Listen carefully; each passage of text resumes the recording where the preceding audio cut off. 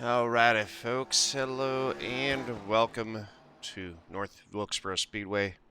My name is John Theodore, bringing you another little quick tutorial here for the NASCAR Legends Series, which will be at North Wilkesboro this week. Haven't done too many laps in practice, but I do have some decent experience here at North Wilkesboro, one of my favorite tracks on the service, so I wanted to give you a quick tutorial of some of the things I'm looking at. First thing, when talking about setup, I'm probably not going to be going to a big ratio. I like to run 12 to 1 at the short tracks. Some of you might even like to go 10 to 1, play around with this a little bit and get your setting where you want it. For brake bias, I'm probably not going to be going all the way down to 42% this week. Might play with it a little bit in practice before the race, but I tend to like to have a little bit more brake at these short tracks because you're really getting on the brake and you don't want to wheel hop and break the rear end loose. If you break the rear end loose, spin yourself out. That's a great way to put yourself behind the 8-ball at a short track. So put this down low enough because you do want that rotation, but just go as low as you can until you feel like braking the way that you want to brake in the corner. Get into the corner causes you to start spinning out and then come up one or two clicks from there. Get it so that you can comfortably brake into the corner the way that you want to brake without spinning the car out. I'm going to go out and run a few laps while I continue talking through what I'm doing here at North Wilkesboro, and hopefully this will be helpful to you in terms of figuring out what you want, getting some practice in, and running a good line. I'm not expecting to put out anything close to what a pole-winning hot lap is going to be this week because I just don't have the practice yet. I'm going to need some more warm-up before the race.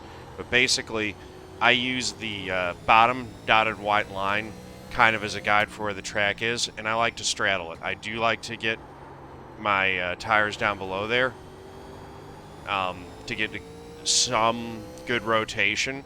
It does the banking flattens out down here, but you can get some really good rotation and grip, kind of diamond it a little bit, make it a little bit of a double apex, and really set yourself and point yourself straight coming off the corner.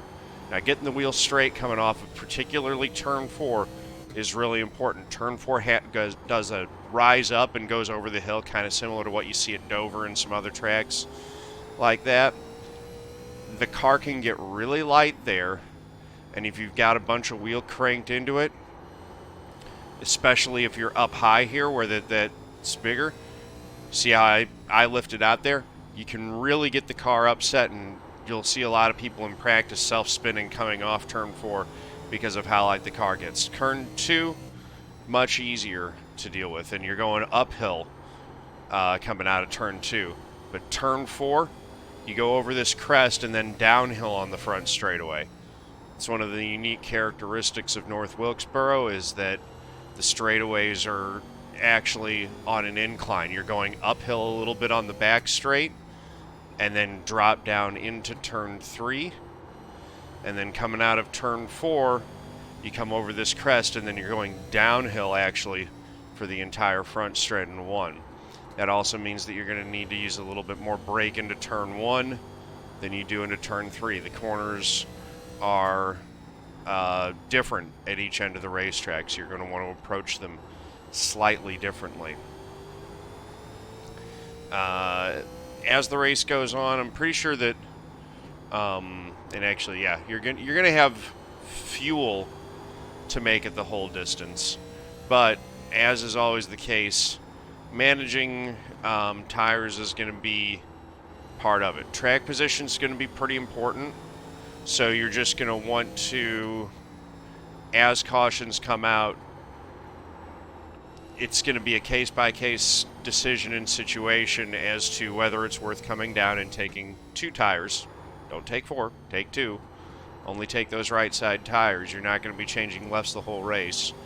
But whether it's worth giving up track position to take those tires or whether you want to try to stay out front. Basically, if you feel like you're going to have people who stay out behind you, it's usually probably worth staying out. You're going to get some laps under yellow to cool your tires down and make sure you take advantage of that and try to get the temperatures cooled off as much as you can.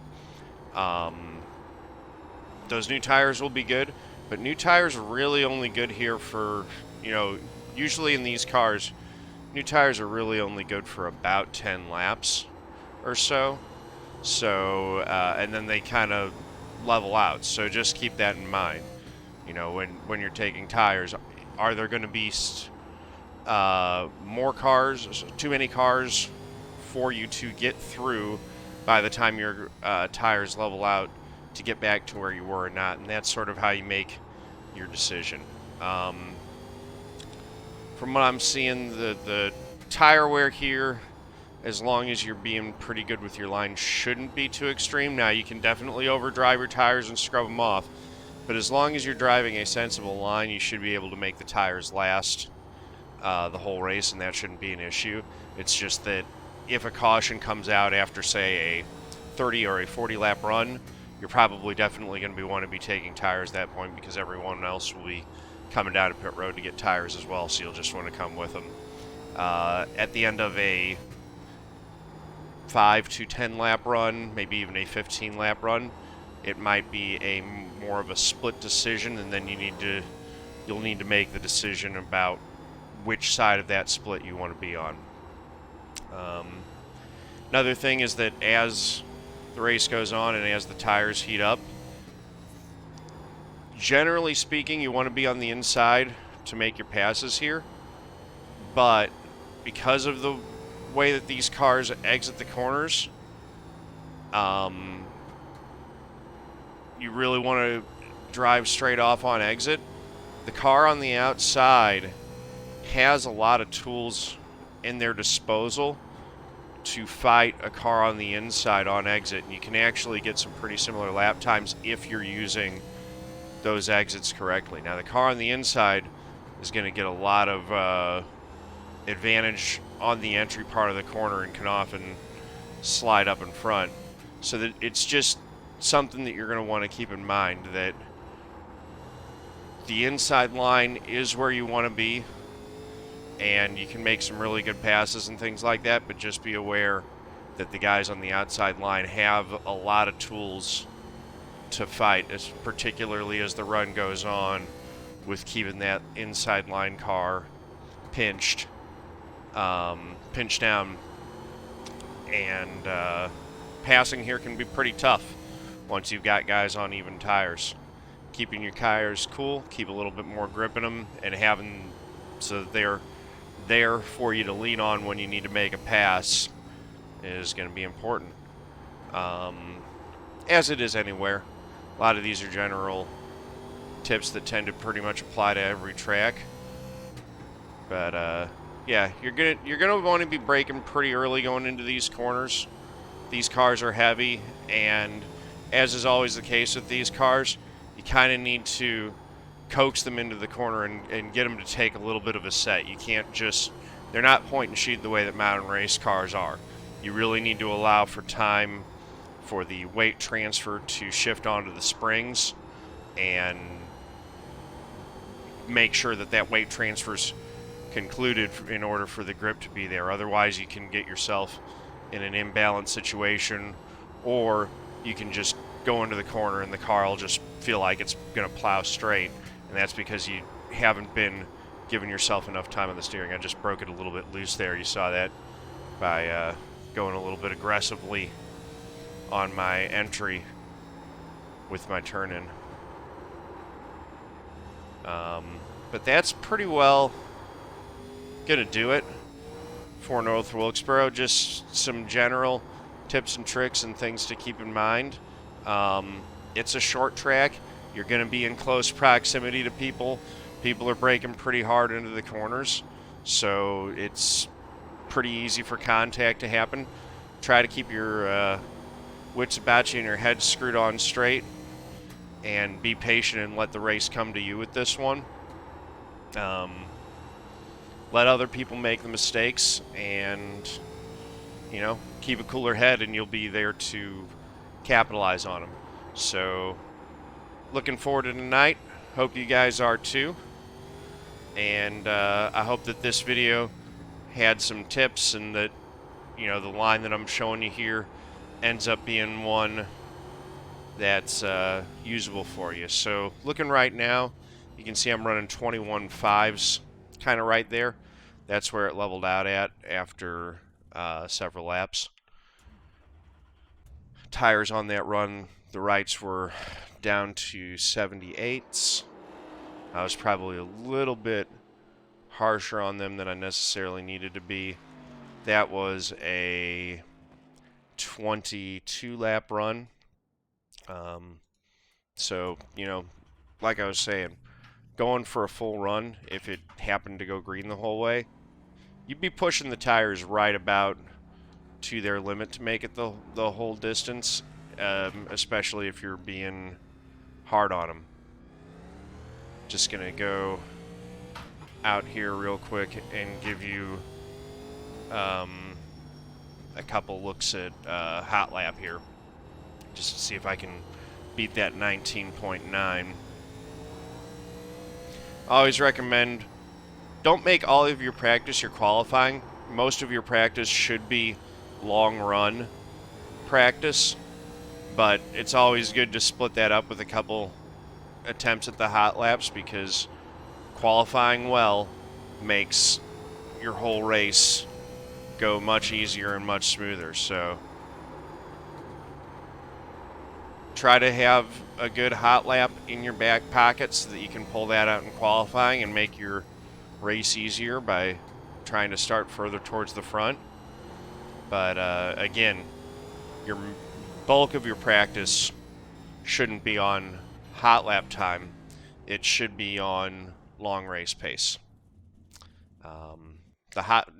Learning how to do the hot lap though, and getting your hot lap close to what other folks are running can be a good measuring stick for you if you're using fine and get an effective line and getting the most out of your line as you're running. So I was able to run a 19.9 here so far. I'm going to take one more attempt to see if I can get that down a little bit better.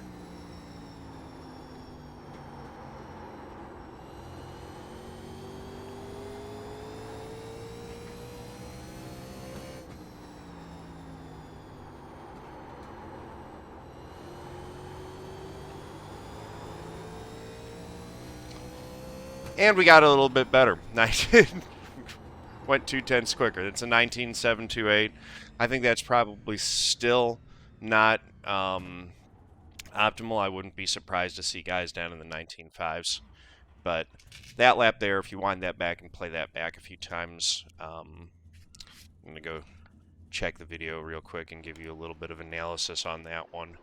Should be a pretty good starting point, at least, for searching for what a fast lap looks like here. So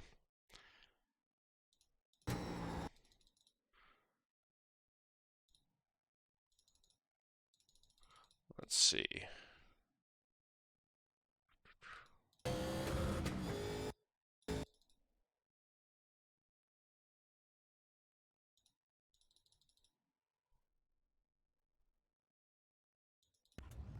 Yeah, here we go. So we're coming out of the pits.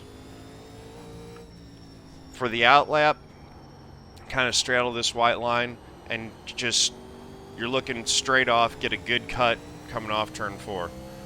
Your braking starts pretty shortly right after the line. I'm basically lifting just past the line, and you can see I was actually starting to get on the brake while I was still in the gas. That's really not optimal. Usually you want to be fully off the gas before braking.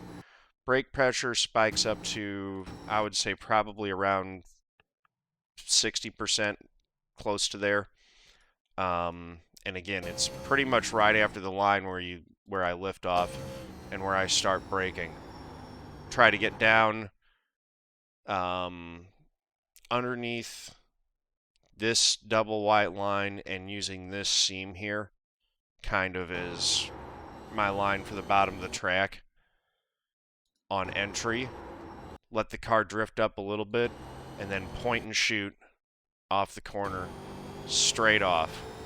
Get it right out to that wall. You want to use all the racetrack that you can.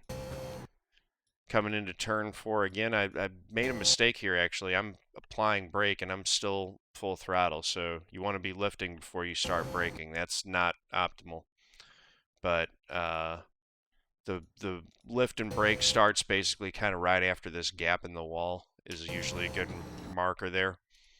I'm not even necessarily looking at that, but if you want to look for something to find your braking marker, I'm looking down into the corner and just kind of it's feel at this point when I start braking.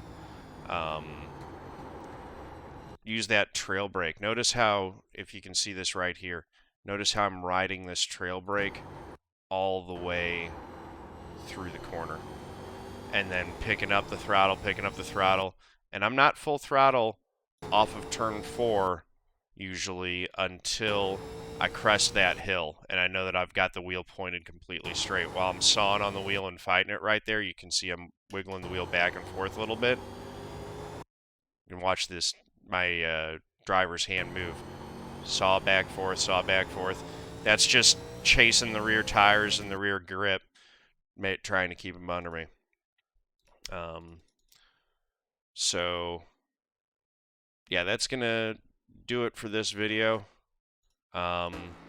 Hopefully some of those tips, some of you guys find that helpful. Look forward to seeing you guys out on track tonight, and looking forward to a good race here at North Wilkesboro. Thank you very much. Have a great day, and good luck out there this week. Peace out, guys.